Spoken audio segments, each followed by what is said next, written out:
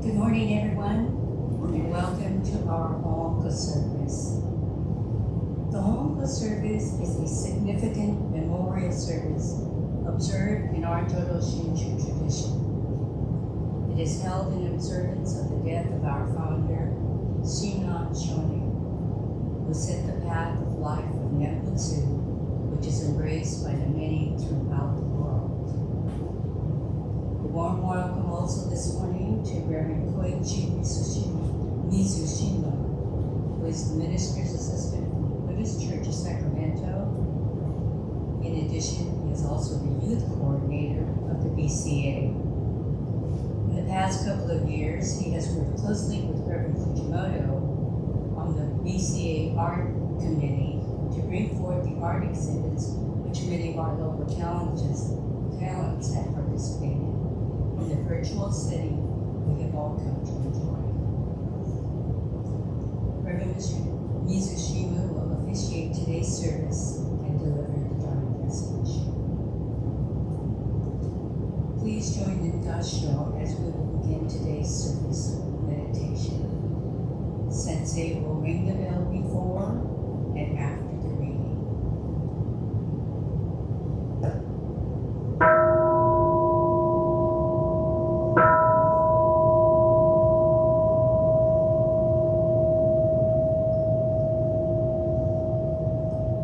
The secret of health for both mind and body is not to mourn for the past, not to worry about the future, and not to anticipate troubles, but to live wisely and earnestly in the present. Namo Amida. Namo Amida. Namo Amida. Namo Amida.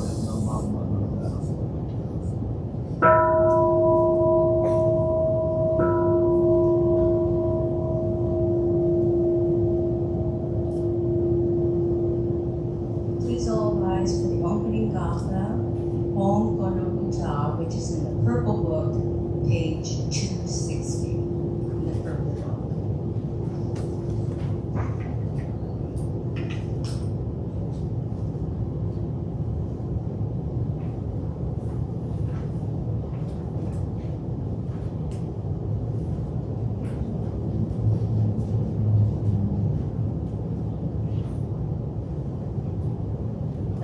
We're doing the first 3 verses.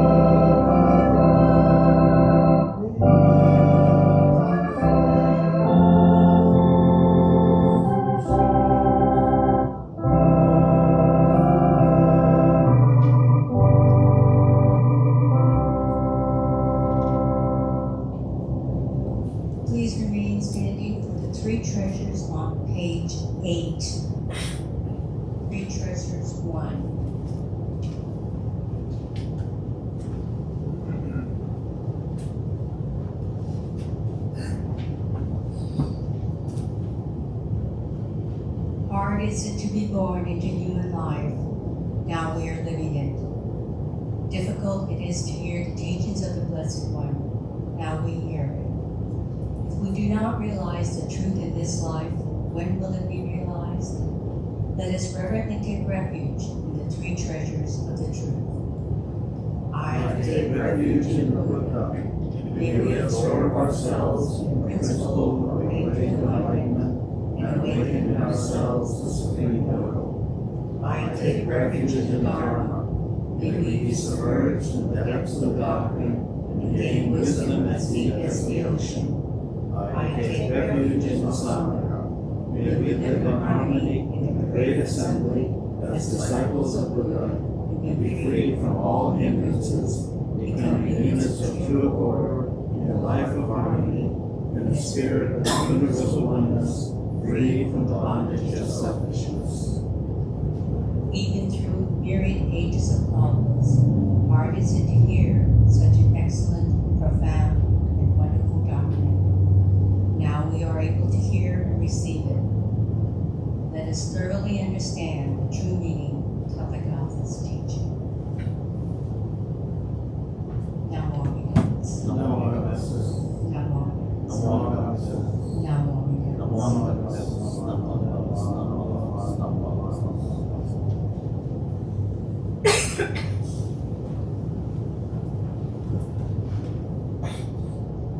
Sensei will start our sutra chanting with the Sambu Jo on page 24, followed by sutra chanting Jusei on page 93. Sambu Jo on page 24.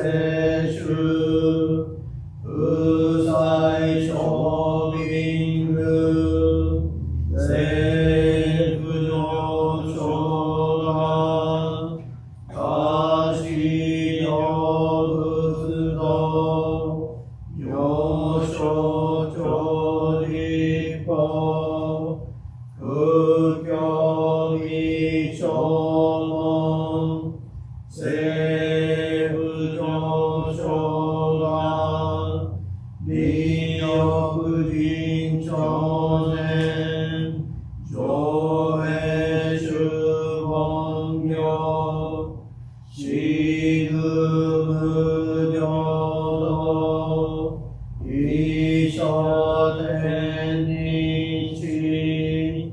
人力現代語不祥無才道少女三苦行法財中薬難愛一永遠滅死本門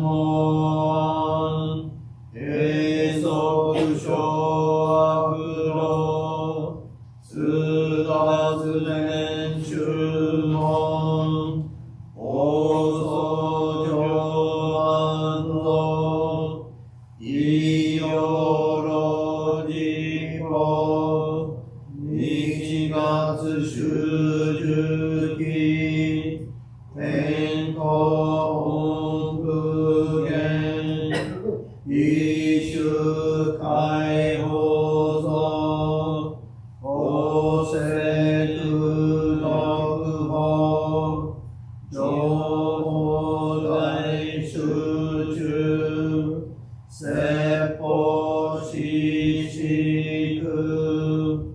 空用一切分具足修徳本観念質量案六位三概要如仏無下し通達未部署願学営利投資最小損志願や効果大聖の関東法少年人法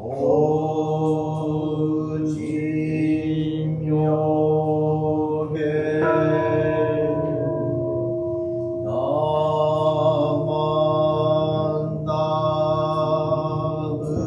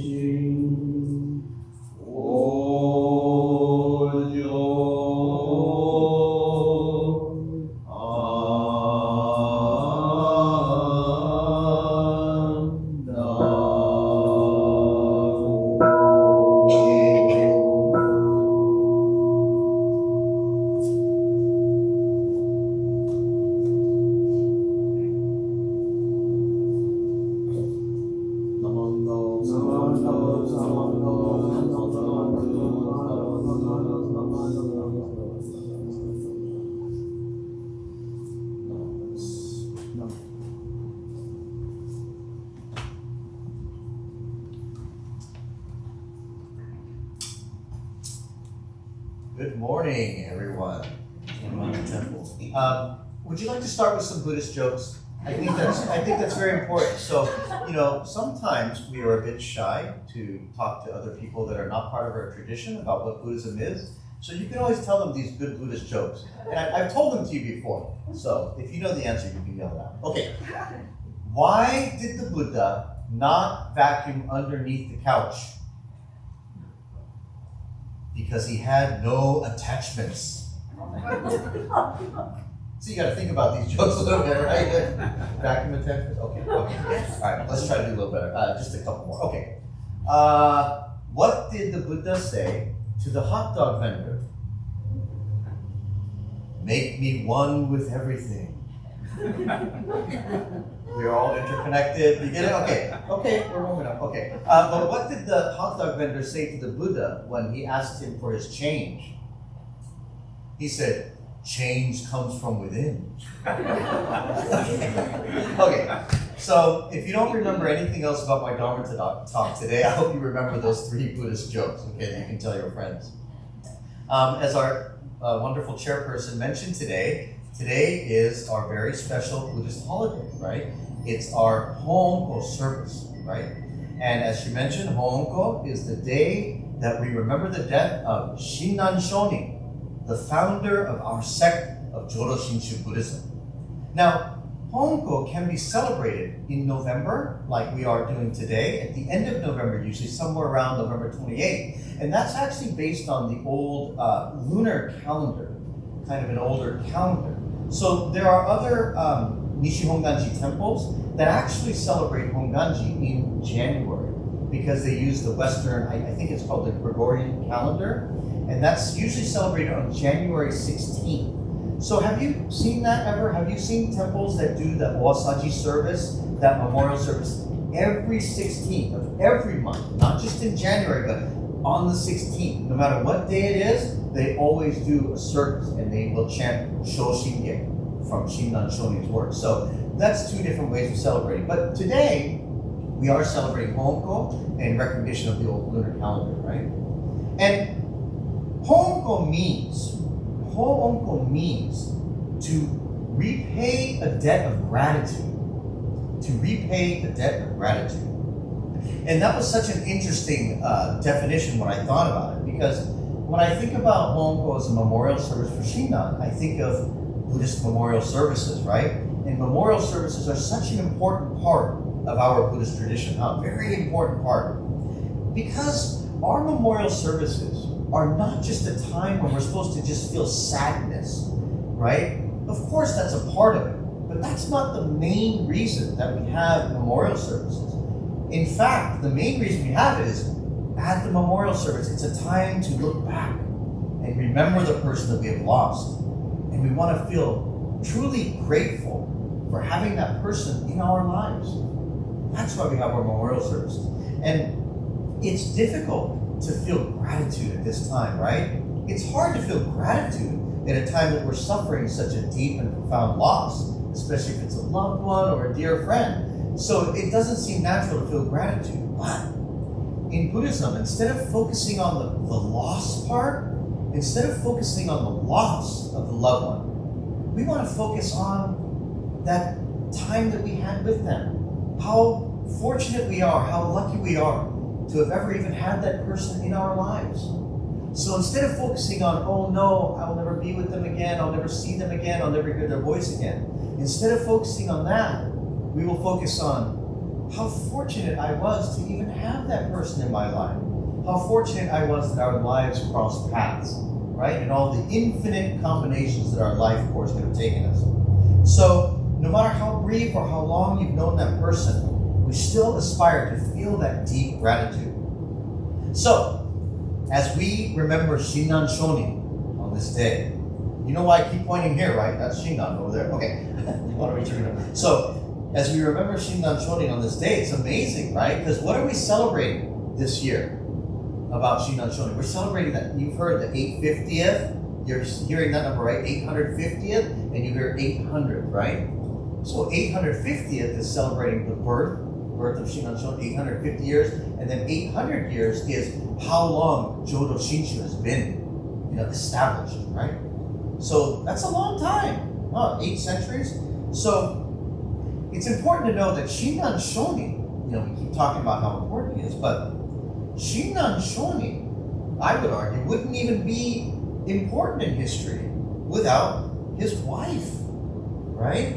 We know that his wife, Eshini, she was the one. Shinran was just a poor monk, right? He went to Mount Hiei when he was young, and he didn't really have anything. And then, as you all know, that's where he met Honen, his teacher, and he started learning a different way than the strict Tendai, Buddhist tradition. He learned another way, and that was recitation of the Nembutsu, saying Namo, Amida, Butsu. So, but Shinran was a poor guy. He was kind of broke, but he met Eshini, his wife. Now, she came from a family of means. She was with a family that was kind of high-ranking in society, and they had assets, and they had land, which was, a rare thing back then. So luckily, he met her, and when he renounced all of his, monk priesthood from Tendai, he's like, I'm out of here, man. We're not going to do this priest stuff anymore. He became more of a lay person. That's when he became married. And luckily, he married Eshini. And because she had land and wealth and assets, he was able to continue his pursuits of studying and his pursuit of seeking the Nembutsu path. Otherwise, he'd have to get a job, right? He'd have to get a job, and he couldn't keep studying like this. So and we don't talk about this, Eshini, such an important part of his life. And as you know, a lot of that history from 800 years ago is not quite, solidified. It's a little bit gray, it's a little bit hazy. And the only reason we even know for sure that Eshini and these people even existed was because of all the letters they wrote to each other. So scholars recently found those letters to prove that Eshini really existed. And it was that style of, those letters, and that's what really made us learn about their history. So, another important woman in Shinran's life was, of course, who? Who's the other one?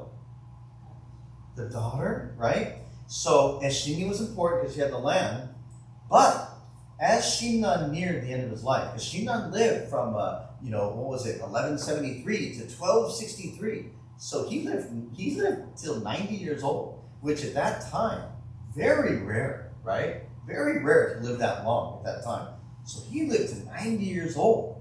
So towards the end of his life, towards the later years of his life, he and Eshini actually went in different directions because she had to go take care of the estate and stuff like that, and he stayed where he was to teach. And his daughter, the youngest daughter, Kakushimi, the youngest daughter took care of Shinran, helped him out, because, he was an older person at that time. So she really stayed with her father, Shinran Shonin, and nurtured him, and probably had countless conversations with him, and they talked about their Dharma together and their Jodo Shinshu path. So Kakushimi carried on her mother's legacy.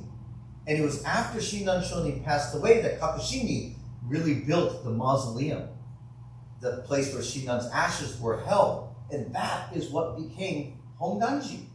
And that is the mother temple, the mother temple of our sect of Jodo Shinshu Buddhism. So all of that happened due to those factors in his life. So Shinran's popularity grew even more after his death. If he was a TikTok star, he wouldn't have that many views while he was alive, But after he died, he went viral and got millions and millions of views. And that was because of Eshini and Kakushimi, right? Isn't that amazing? So amazing to me. I think it's amazing. So, when I think of how random these encounters are, how a random chance encounter can change the course of your life. When you think about all the encounters you've had, you can't remember every encounter you've had with every random person. It's infinite, right? It's impossible. It's thousands and thousands. But some encounters are very brief and seemingly insignificant, but other encounters might be very impactful, might really change your life, might really change the way you think or feel. And even though an encounter might be insignificant to us, just remember, that encounter might mean something very much more to that other person. You may not even realize, right? So I remember when I was a young Boy Scout, probably about 12 years old, and we'd go to scout camp, right? And then you would take merit badges, right? Those are the little badges that you earn, and you put, it's just like this, it's a sash. We wear a sash, same thing. But we put the patches on. So I took this one class called Personal Management. And I'll never forget, the instructor was Marty Matsuda, and he was just one of the scout parents. And part of this class talked about personal finance as well. And he taught us about just basic things like money market, savings account, and CDs, certificate of deposit. This looks like a CD group to me right here, huh? You guys like CDs, I bet, huh? You don't like investing in the stock market. So I like a CD, a fixed rate of return. I know, fixed, right? So, but he told me about this. He taught us about this as young kids. And he said, you can put money in, whatever, $100, and at the end of a term, 1 year, or whatever it is, depending upon what the interest rate was, maybe they give you back $103. And I know to you that's so obvious, all right? But when I learned about this at 12 years old, it blew my mind. You mean to tell me you could just put your money somewhere and do absolutely nothing? Like you're not working, you're not doing anything, and then you just wait and you get more money back? I thought it was the world's best kept secret. I didn't know it was common knowledge. And he thought he was just teaching a basic finance class. But for me, as a young, wide-eyed 12-year-old kid, man, that made me feel like I was on the top of the... I'm like, I'm a genius! Nobody else knows this. I'm going to be rich. Well, it didn't work, but anyway. But to Marty, right, he didn't think anything of it. But for me, that actually sparked my interest in finance and business and all of those different things. And later on in life, I became a business owner. I owned a restaurant for many years. I even dabbled in the financial advisory field. I got all my licenses. And to this day, Marty's still a temple member. He's a board member. So whenever I introduce people to Marty, I'll be like, hey, this is Marty Matsuda. He taught me my first merit badge class when I was 12 years old and started my interest in finance. So I tell him that. And he doesn't even really remember. He just kind of smiles and laughs. But he made a huge impact on me, right? What an interesting example of just a random encounter for him, a brief connection for him, but so impactful in my life. So remember, do you remember what I said Hoonko means?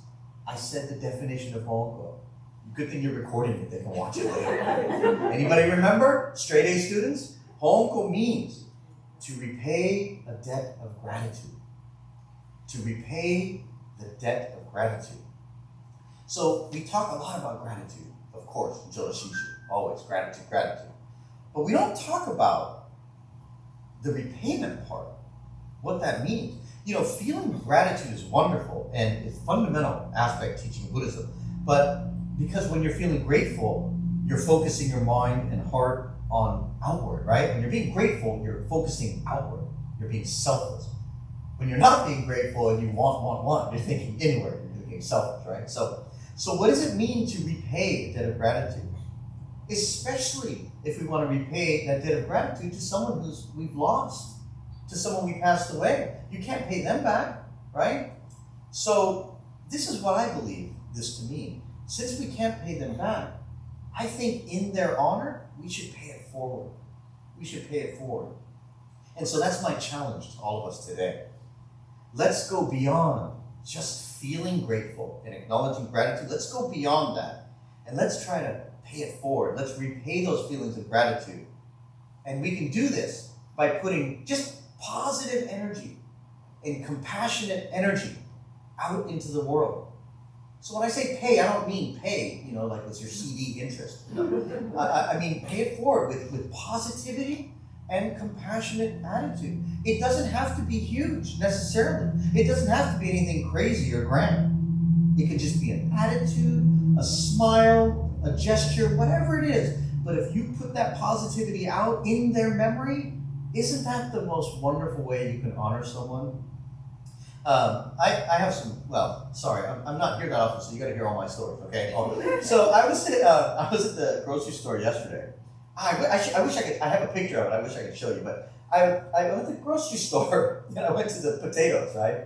And it said russet potatoes, 5 pounds, $2.99, right? 5 pound, $2.99. It was pretty cheap for potatoes, right? Right next to it, it said 10 pounds, $1.99. Mottainai ne. I don't need 10 pounds of potatoes. It's just me and my wife now. But of course, I still bought the 10 pounds. But the point is I was so confused. I was sitting there with my cart in front of the potato stack, and I was like, I just couldn't wrap my head around what was happening. Was it the same potato? Russet. Is it a trick? Do you have to, adopt something? I don't know. So adopt a puppy if you buy the 10 pounds. So I was sitting there for a long time blocking the potatoes. And this lady walks up to me and goes, excuse me. And I'm like, lady, I'm analyzing the potato deal here, okay? I'm busy. And she's looking at me, excuse me. I'm like, lady. Now, I could have got irritated and said, wait your turn. I'm going to get my potatoes, wait your turn. But instead, I just went, hey, isn't this weird that you can buy 10 pounds for $2 and 5 pounds for $3? And then her whole attitude changed. Instead of, excuse me, she went, oh yeah, good catch. Like that. And then she started talking to me, and we both went, well, let's get the 10 pounds. And I put the 10 pound in her cart for her, boom, and I took mine. Now, I know that's just a silly little example, right? But in our everyday lives, how easy is it to get irritated with someone and show a bad attitude? It's so easy. You know why we do that? It's because we don't know their intention, and we assume the worst. She said, excuse me, why can't you wait? Be more patient, right? Who knows what she was thinking? Maybe she was in a rush. Maybe there was a mashed potato emergency that she needed to get to. I don't know. But if you shift your attitude to like, you know what, man, she's cool, it's okay, and then you chit-chat a little bit, and that attitude changes, look at how that whole interaction completely changed. And she's like, hey, good thinking, kid, like that. And she walked away. And that could have been a very different interaction. I remember too, I was in line at the Asian market, and there's a gentleman in front of me, and he had a bunch of stuff in his cart. I only had 2 things. I had one salmon, grilled salmon, and bulgogi. You guys know what bulgogi marinade is? Of course. So I had the bulgogi and salmon. So I did that. And he goes, oh, do you want to go in front of me? And I went, no, that's okay. I'm not in a rush. He had a big old cart full of stuff. I'm chilling, man. It's all good. And he was in front of me, and of course he gets there, and the lady scans it, and he goes, no. Those salmon heads are not $7.95 pound. It should be $2.95 pound. And she goes, and then she left, and she had to walk all the way back to the fish counter, get the price check. And then I'm thinking to myself, God, I could have went ahead of this guy. I'd be done by now, right? Oh, silly me, right? Silly me. But I couldn't be mad because he offered me to go ahead, and I said, no, don't worry. But instead, as she was gone, I said, hey, do you make soup with the salmon heads? And then he turned around, got all excited. Yeah, I make soup. I like to put vegetables inside. I like to do this. Oh, yeah, it's just me and my wife. And then I started talking to him. And then I go, hey, have you ever had bulgogi sauce before? This is the best sauce ever. And then we just started talking and chatting and passing the time. And before you knew it, the cashier came back, adjusted his correct price. And he goes, yes, I knew the salmon head was $2.95. I knew it. And then they rang him up. And as he left, he goes, hey, my name's Bo. Nice to meet you. I go, hey, I'm Koichi. Nice to meet you, buddy. And again, that could have been a situation where I would have just been annoyed, not mad at him, mad at why didn't I go ahead of him? Why didn't I go? I could have left. But instead, we shifted our attitude. We shifted the energy that we put out into the world. And look what happened. He returned that same energy. And he was so happy he introduced himself to me. I'm not saying we're going to be best friends and exchange Christmas gifts, but isn't that just a nice interaction? Just so pleasant, and you feel good. And you're like, hey man, I'm not in a rush. Let's all slow down. It's all good. So those are just wonderful things. I think it's important for us to extend compassion to strangers. It's important for us to be careful too, because not all strangers have good intentions. So I don't want to put that out there and then you give away your life savings. Don't give your CDs to strangers.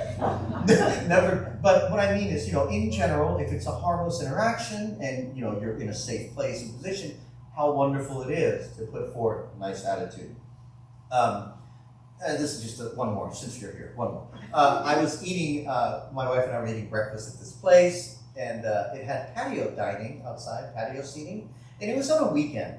And I remember because this large group of people came in with t-shirts, and I think it was one of those, like a 5K cancer walk, because they all had t-shirts on. There's a photo of a woman on front of the shirt. So I'm sure this is one big, large family, you know, on that Saturday that just finished their walk and they were dining outside all together. And at one point they had a lot of mimosas, right? Because it was Saturday, so they're drinking mimosas in their memory. And at one point, this lady just got up and started singing. And I know you don't know this song, but it's, do you know Mary J. Blige, I'm Going Down? Okay, I turned to the one. Okay.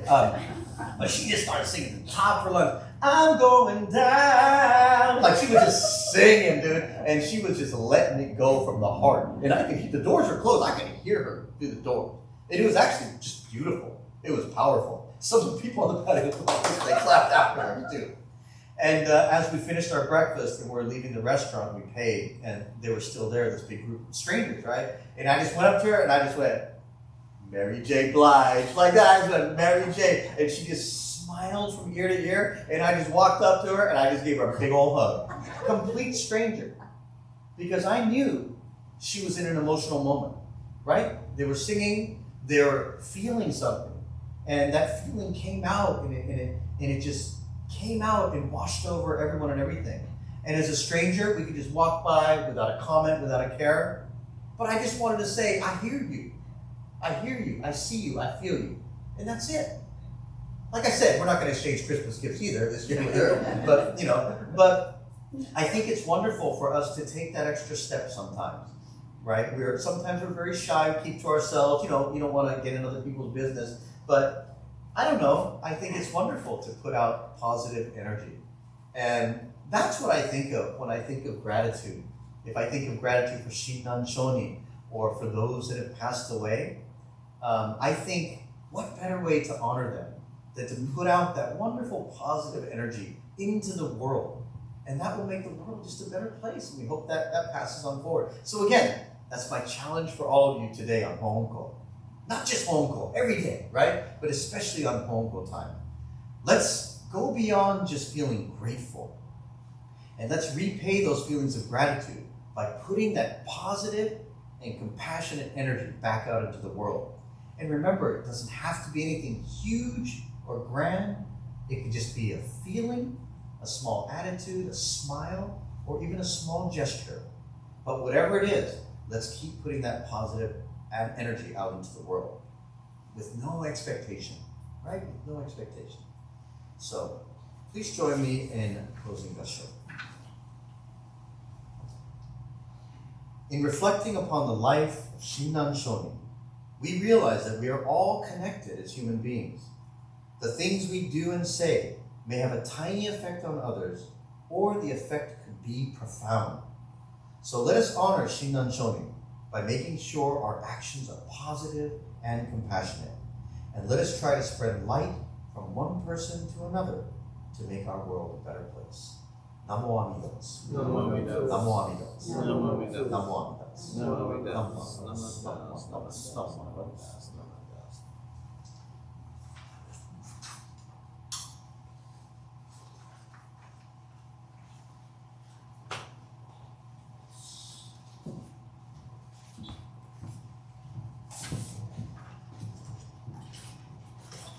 Thank you, Sensei, for that most meaningful and entertaining Dharma message that you set up to us today. I'm sure we'll all be leaving here with this positive attitude. Please stand now for the closing gatha in praise of Shinran. I don't remember what page it's on. Oh, the sheet. I'm sorry. Everybody has That's, yes, everyone has the sheet.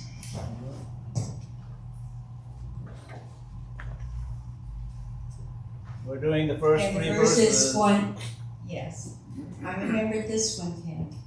And verses 1, 2, and 3 on the sheet.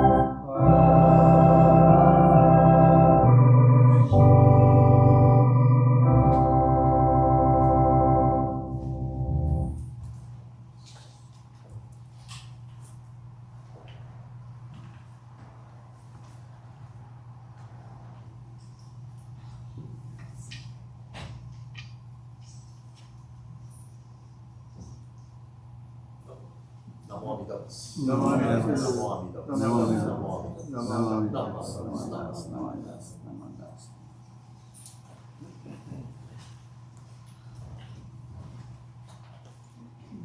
Thank you. This will conclude today's Hoonko service.